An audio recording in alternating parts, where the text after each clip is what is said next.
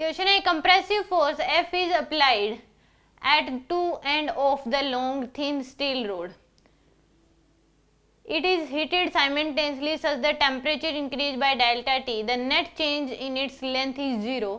Let L be the length of the rod, A its area of cross section, Y is Young's modulus and alpha is coefficient of linear expansion. Then value F is equal to.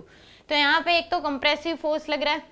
Compressive force जो क्या करेगा, length को कम करेगा. तो यहाँ पे length को कम करने की कोशिश करता है. दूसरा यानी कि उसकी वजह से स्ट्रेस डेवलप होता है. अगर दोनों एंड को, अगर एक रोड को दोनों एंड के बीच में फिक्स कर दो तो उसमें एक स्ट्रेस डेवलप होता है. दूसरा इसने क्या करा है कि टेम्परेचर बढ़ा दिया जिसकी वजह से लेंथ बढ़ने की कोशिश करेगी, उसकी वजह से भी क्या होगा, स्ट्रेस डेवलप होगा. तो यानी कि स्ट्रेस जो और लेंथ क्या हो रही है उतनी की उतनी. टेम्परेचर बढ़ाओगे तो लेंथ इंक्रीज होगी, टेम्परेचर बढ़ा रहे हो तो लेंथ क्या होगी, इंक्रीज होने की कोशिश करेगी. उसकी वजह से क्या होगा, स्ट्रेस डेवलप होता है. दूसरा इस केस में कंप्रेसिव फोर्स लग रहा है दोनों एंड पे तो भी स्ट्रेस डेवलप होगा. यानी कि stress due to compressive force equal हो जाएगा stress due to thermal expansion.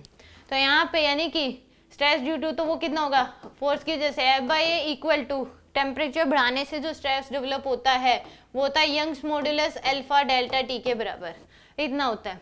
तो यहाँ पे F की वैल्यू पूछी गई है तो यहाँ से F इक्वल टू क्या हो जाएगा आपके पास, A/Y अल्फा डेल्टा टी के बराबर. कितना आ जाएगा, A/Y अल्फा डेल्टा टी के बराबर. L be the length of the road.